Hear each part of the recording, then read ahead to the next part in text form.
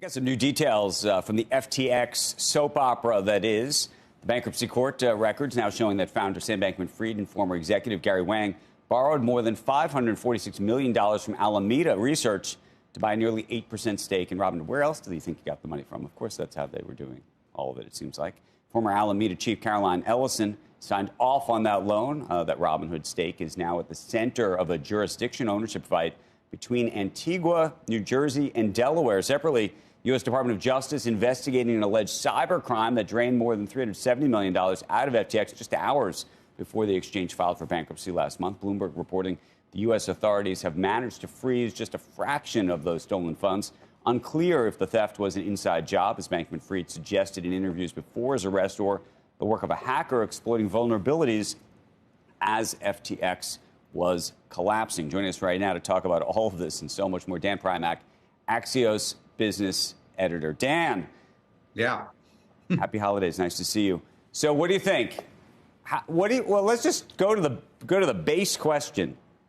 How much money ultimately do you think creditors and investors and others around the hoop that think that they are due will get back when all is said and done? A fraction. I'm not going to give you a number, but it is going to be a fraction, and it's not going to be a very large one, because what we learned yesterday, the Robinhood thing seems to be emblematic of everything, right? Which is Sam kept taking money from different pots. And sometimes, I mean, we've talked the word Ponzi scheme a lot, and this hasn't exactly followed exactly what somebody like a Madoff did, but to a certain extent, he just kept taking from different pots. And with the Robinhood shares, it's not only did he borrow from Alameda to get the stock, to be able to buy the stock, Alameda then claimed to own that stock because they used that as collateral to get a loan from BlockFi, which ultimately goes bankrupt. So it's kind of the same money being used over and over again, or the same assets being used over and over again, which is why ultimately the folks who are owed money aren't going to get all of it.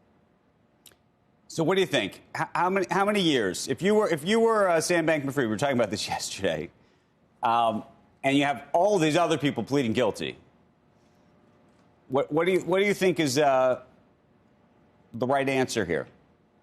For Bankman-Fried, I mean, the question is, and this is something you don't know and I don't know, is has he finally internalized that he's done something wrong? Because, and maybe you'll disagree with me, but I thought during the interview you did with him, during some conversations a colleague of mine has had with him prior to the arrest, he really seemed to believe his own BS to a certain extent, that he had made mistakes, but it wasn't criminal. And I don't know if the guilty pleas of Gary Wang and Caroline Ellison have maybe helped him see the light a little bit, or maybe his lawyers have helped him see the light a little bit. And that's the real question.